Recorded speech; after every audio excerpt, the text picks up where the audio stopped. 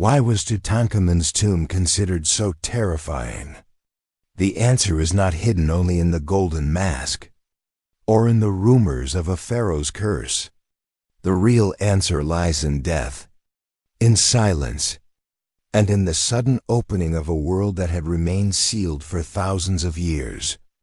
Because when that small tomb was discovered in Egypt's Valley of the Kings in 1922, it was not just the burial place of a pharaoh. It was a doorway that awakened some of humanity's oldest fears about death. And when that doorway was opened, it was not only archaeologists who stepped inside.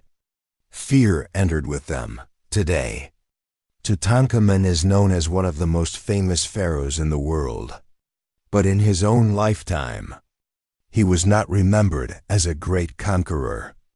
He had not won legendary wars, and he was not a ruler who reshaped the empire forever. He was a young king who came to the throne very early, died very early, and left behind not a completed life, but an unfinished story. And maybe that was the first reason his tomb felt so disturbing. When people look at the tomb of an old ruler, they see a completed fate. But when they look at the tomb of a king who died young, they see a life cut in half. And unfinished lives always feel more unsettling to the human mind. Tutankhamun died while he was still very young. His death may have been sudden, and because of that, the tomb prepared for him was not like the massive royal tombs of other great pharaohs. It did not have endless corridors, giant halls, or vast decorative chambers. His tomb was small, narrow, almost as if it had been prepared in haste. But that is exactly what made it more frightening, because what had been packed into that small space was overwhelming. Objects were everywhere, chests piled on top of one another, chariots, statues, beds, sacred items, jewelry, ritual tools, coffins, and countless possessions meant to serve him in the afterlife. When people first looked inside, it did not feel like they were looking into a tomb. It felt like they were staring into time itself, frozen and untouched. Imagine it. You are standing before a dark opening. In front of you is a sealed doorway, one that no one has truly seen behind for centuries, maybe millennia. No one knows exactly what waits on the other side. Then a tiny hole is made. Warm air escapes. Dust comes out. The smell of old stone comes out. And when candlelight, or the weak glow of a lamp, reaches inside, golden surfaces begin to shine back at you. But that shine is not comforting. It is deeply unsettling, because those treasures were not arranged for the living to admire. They were prepared for a dead king's eternal journey. In other words, what you are seeing is not the beauty of life, but the beauty of death. And that is why even the first glimpse both amazed people and frightened them. There is a famous moment when Howard Carter looked into the tomb and said, "Yes, wonderful things. But there is something people often forget. Something can be wonderful and still be terrifying. Sometimes the most frightening things are also the most magnificent." Tutankhamun's tomb was exactly that. It was glorious, dazzling, breathtaking. But it was also far too silent, far too sealed, far too untouched. As if death itself had truly been preserved there. As if every object inside had been waiting for its owner. For thousands of years, another reason the tomb felt so frightening was that it was found in an almost intact state. Most ancient Egyptian tombs had been robbed long ago. Walls broken, treasures stolen, mummies damaged. Humanity had become used to the idea that the resting places of the dead were violated, plundered, emptied. But Tutankhamun's tomb felt almost forgotten.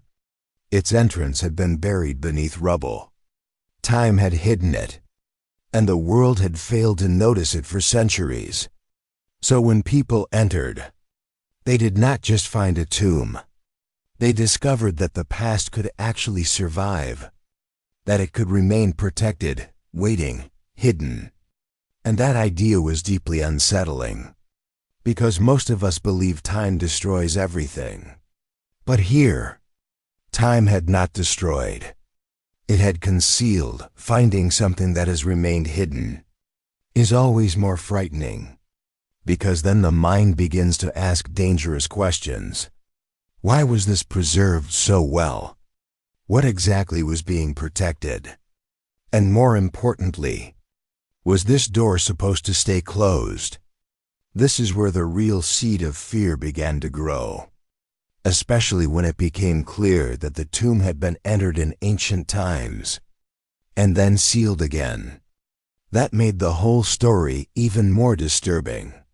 Someone had gone in thousands of years ago, taken something, and then officials had come and closed it once more. So this doorway had already been violated once before. Yet somehow, the tomb had still managed to protect its king. It almost made the place feel resistant, as if it had fought to remain closed. Another source of fear was not the order of the tomb, but its disorder. People expect the tomb of a king to feel perfect, symmetrical, carefully arranged. But in Tutankhamun's tomb, some chambers were crowded and chaotic. Objects were stacked, pressed together, leaning against one another. This did not only suggest wealth, it suggested urgency. It felt as if death had arrived too early, and the living had rushed to send the young king into eternity with everything they could gather. That image was deeply human, deeply tragic, and because of that, deeply frightening. Because there was no cold perfection here. There was panic, grief, a desperate effort to be ready in time. A tomb does not need monsters to be terrifying. Sometimes what makes a tomb frightening is the way it forces people to feel how real death truly is. And that is exactly what Tutankhamun's tomb did. Every object inside it showed a belief that death was not the end, but the beginning of another world. Yet to the modern mind, those same objects also said something else. Human beings had not defeated death. They had only tried to give it meaning. No matter how much gold was used, no matter how many prayers were spoken, no matter how many sacred rituals were performed, at the very center of the tomb, there was still one harsh truth. The body of a king who had died young, in the middle of all that splendor.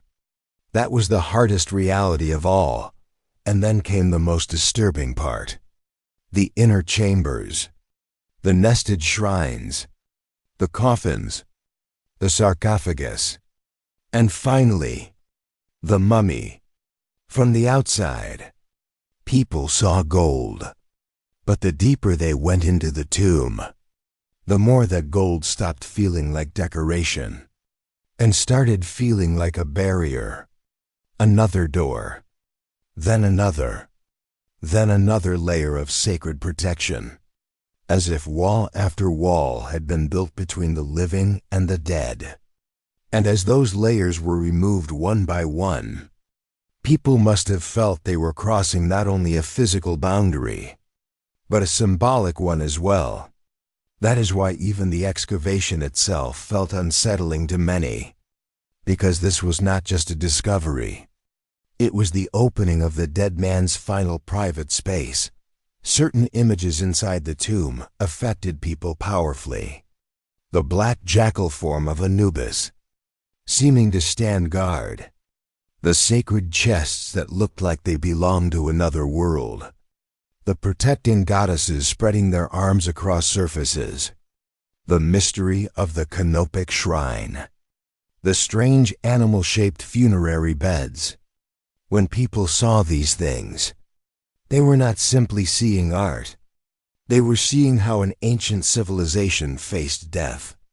And that relationship was far more direct, far more ceremonial, and far more unsettling than the modern world's way of dealing with it. In ancient Egypt, death was not hidden away.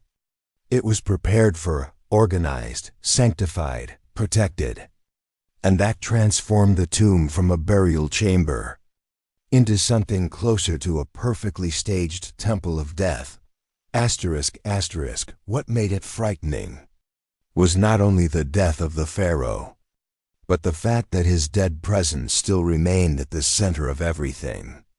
In most old stories, time passes, the body disappears, and only the name remains, only legend remains. But with Tutankhamun, the connection between name and body had not fully been broken. That created an enormous emotional impact.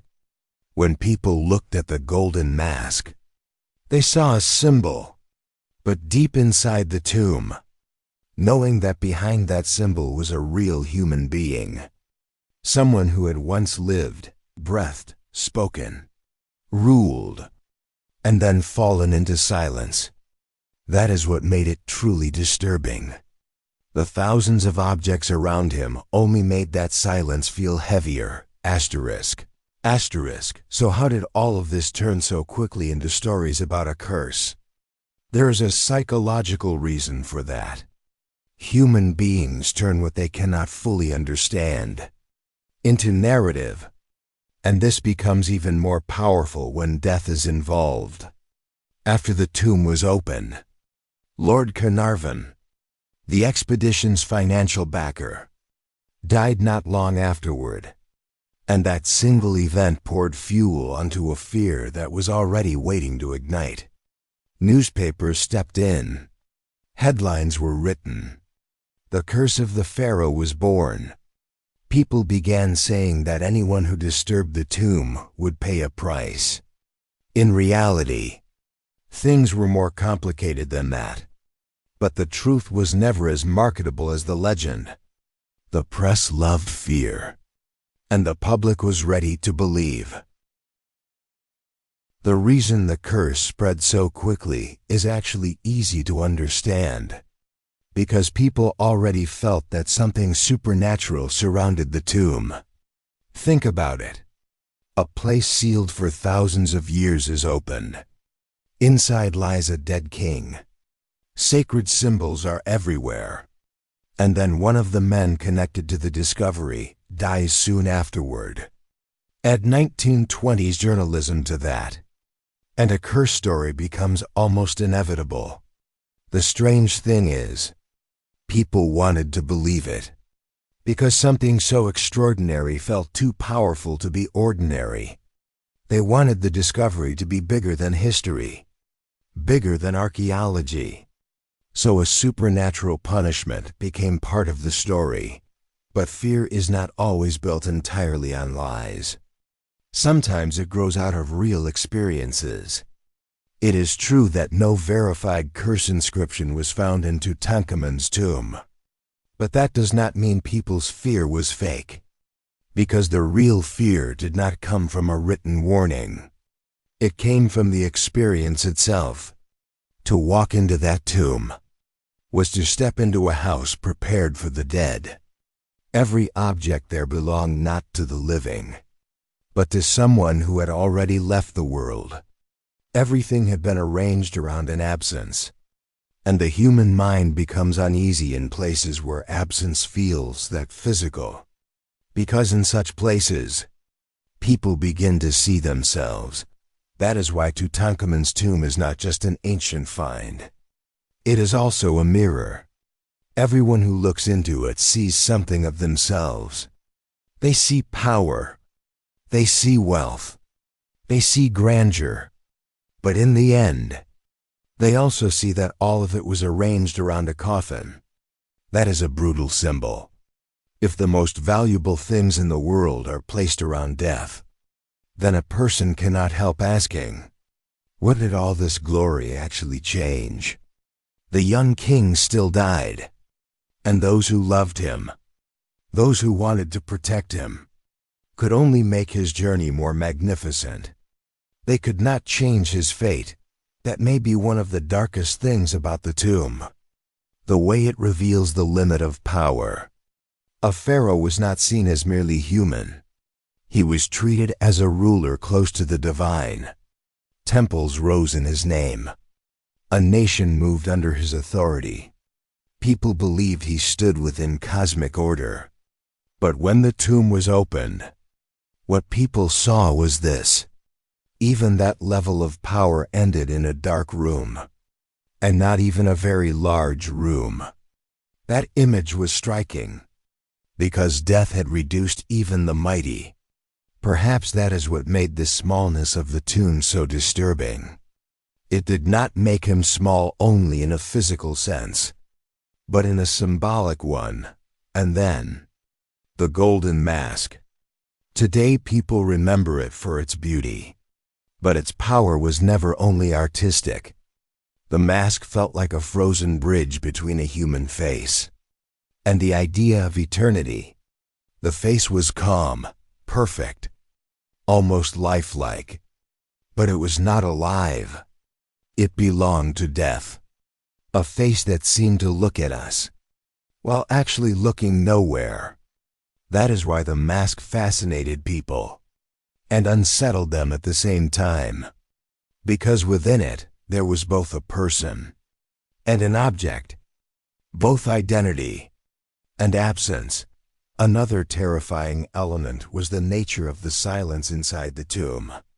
This was not ordinary silence. It was preserved silence, not accidental, but deliberate. Doors had been closed, seals had been pressed, objects had been placed in position, rituals had been completed, prayers had been spoken, and then everyone had gone away. That silence remained unbroken for thousands of years. For the modern mind, very few things are stranger than that. We live in a world of constant movement, endless sound, continuous interruption.